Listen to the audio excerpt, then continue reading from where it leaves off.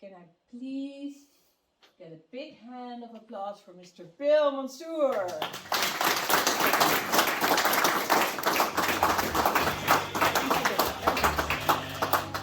Can I give you the floor?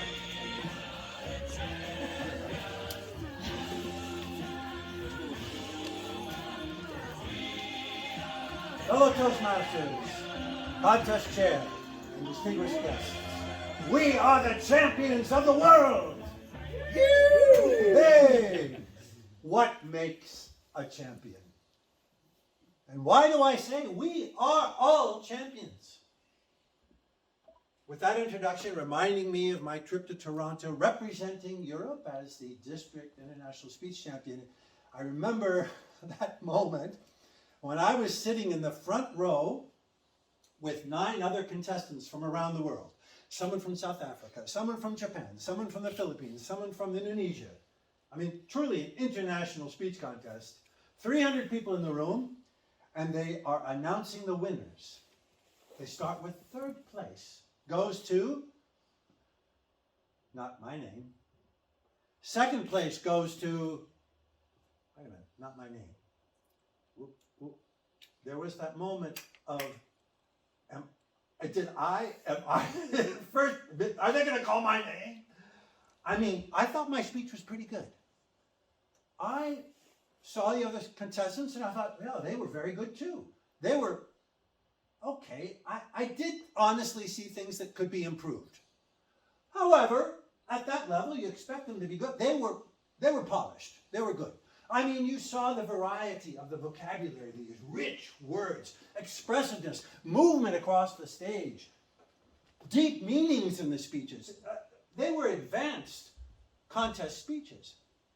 And I thought, okay, my speech was original and surprising, and I was happy with how it came across. I was very authentic and a little bit surprising, spontaneous in how I was so fresh in my delivery. Maybe the judges recognize that.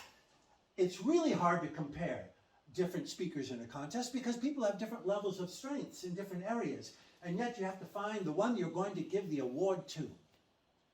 So I thought, maybe, I'm glad I'm not 3rd place, I'm glad I'm not 2nd, because now maybe they're going to call my name. It was a long journey to get to that point. I had invested a lot of sweat and tears to get there. I had just joined Toastmasters 2 years earlier in 2002. And first, I'd had some singing lessons before, I'd had dance lessons before I came to Toastmasters, some acting lessons. So I already had some developed skills when I joined the club. But you know what was different for me when I came to Toastmasters? Is I was no longer going to be learning how to speak the script written by a playwright. No, I had to write my own script. I had to represent myself. I couldn't hide behind playing a character. I needed to speak from my heart directly to the audience. That was a challenge for me coming into Toastmasters, and that's what I had to rise up to that challenge.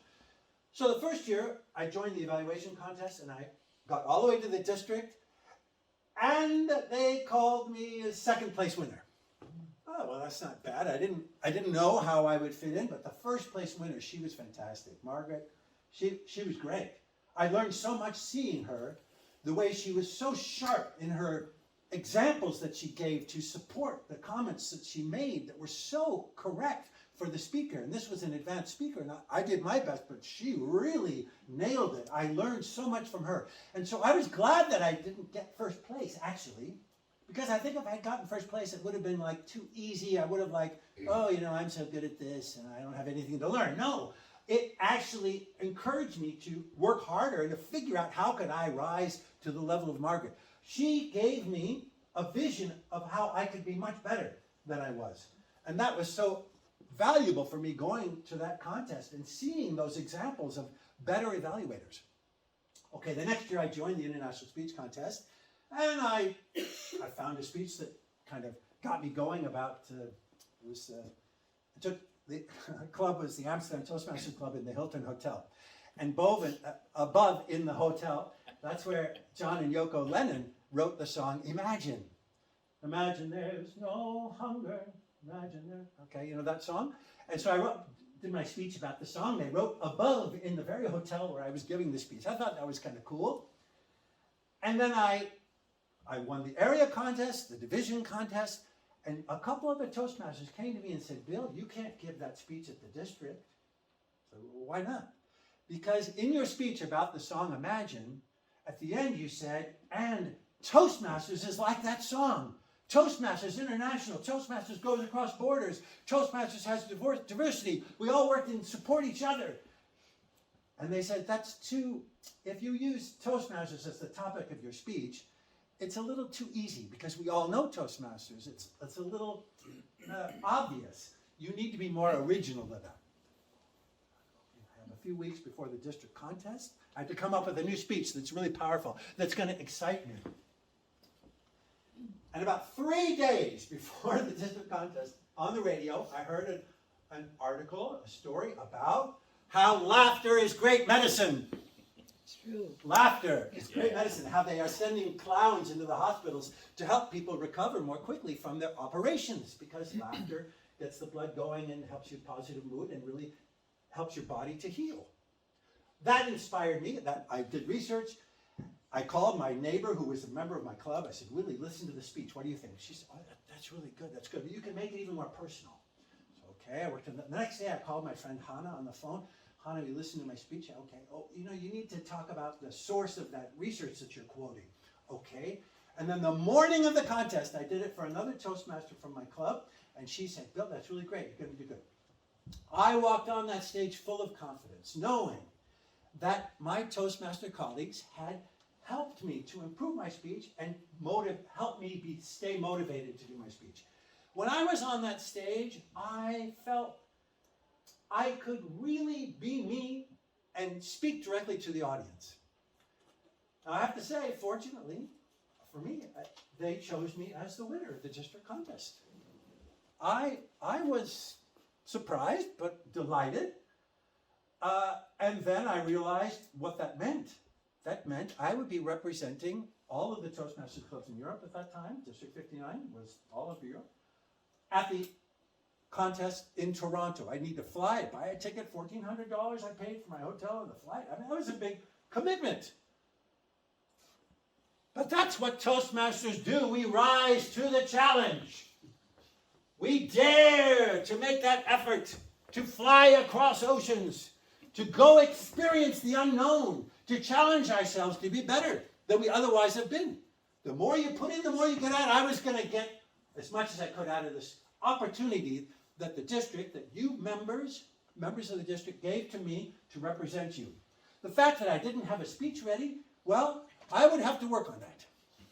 I came up with a district winning speech in 3 days. I should be able to come up with the next speech in the 2 months I had.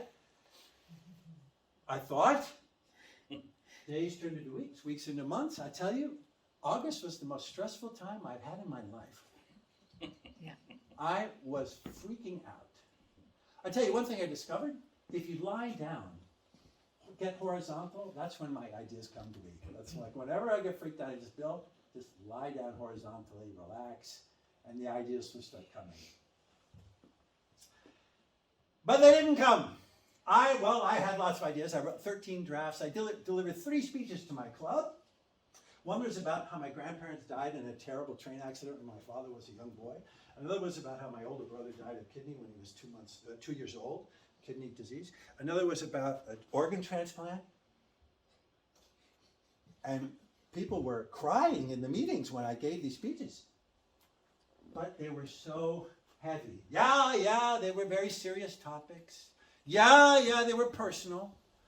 But you know, if you take an audience down to that level of darkness, that depressive level for 7 minutes, people, they asphyxiate. You have to bring them up for air. You have to give them a break. You have to know how to gauge, how to take people down and then lift them up. And I didn't have that skill. I didn't know how to do that. I didn't know how to take people to such a dark place and then bring them back out. You understand? I wasn't ready to do it. So there I get on the plane without a speech. I'm flying from Amsterdam to Toronto. I'm thinking, okay, I'm going to do my best. I will go to the end. I will do what it takes. I don't know what's going to happen. Because that's what Toastmasters, that's what champions do. Yeah. Okay? Yeah, I know. We rise to the challenge. We do our best. Even if we fall on our face, we're going to make the best of it and learn from the experience. So, on the plane, I wrote my speech. It's actually a really great place to write a speech because there's no distractions. You have, like a 9-hour flight. You have a lot of time to think. I wrote the speech. I forced myself. And the next morning, Willie, my neighbor, who was a member of my club, also, she flew to the international conference. You can do that. Buy a ticket, fly, go to the international conference. She went. And we were staying in the same Arab bed and breakfast. And the next morning, she heard my speech. And she said, she was so relieved that I wasn't going to be talking about those other topics that I had in speeches before. She was like, thank goodness, you've got something else. And it's okay. I mean, she wasn't going to tell me that's a bad speech, Bill. I mean, it's the day of the speech. We don't do that to our Toastmaster members. We give them positive feedback. We don't want to discourage them, right? So she made sure that when I went that day to the orientation at the Toronto Convention Center, huge ballrooms, that I was as prepared as I could be and motivated to give my speech. The people organizing the contest, they said, now, we have a technical rehearsal. You'll be able to go up on the stage, test the microphone. We're going to practice how you come up on the stage through the curtains one at a time and where you're going to be sitting afterwards. So we went through that exercise on the stage, looking at all the empty chairs.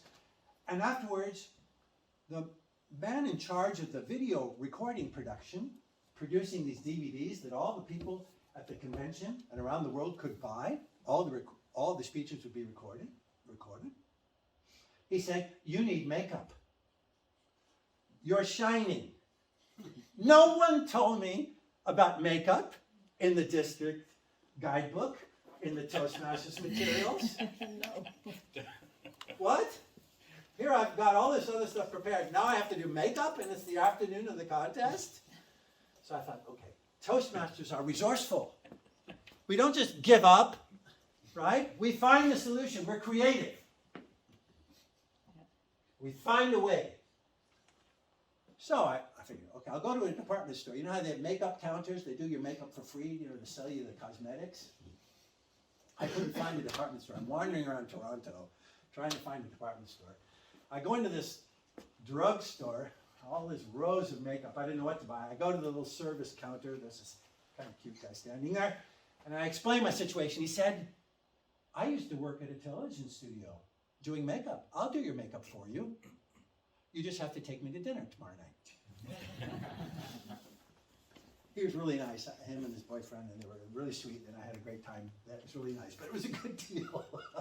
He went and picked out the best makeup and really did me up as I needed to be. So when I stepped on the stage that night at the contest, I felt great. I had the makeup that I needed,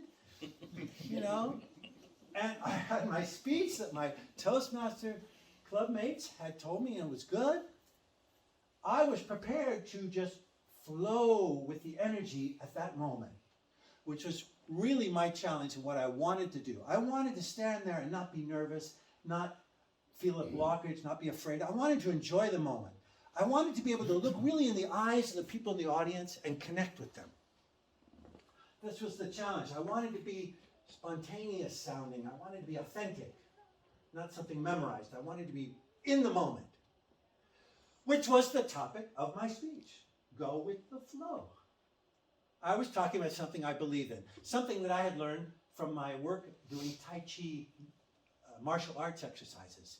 Anybody know Tai Chi, done Tai Chi? You know about this idea of energy and exchanging energy, redirecting energy? Can I ask you to come up and help me? And in the speech, I invited someone from the audience to come up on the stage. I could hear people in the audience going, oh, no one had ever done that in a international speech contest. Invite someone from the audience to come up on the stage. And no one's probably done it since. But anyway, okay, I want you to hit my shoulder. Punch my shoulder. No, I won't punch it. Oh! Oh! Did you hear that? Could you hear the sound? Yeah. Yeah. That's resisting the energy. That's absorbing it in a way where it hurts, and I'm resisting it. I'm fighting it.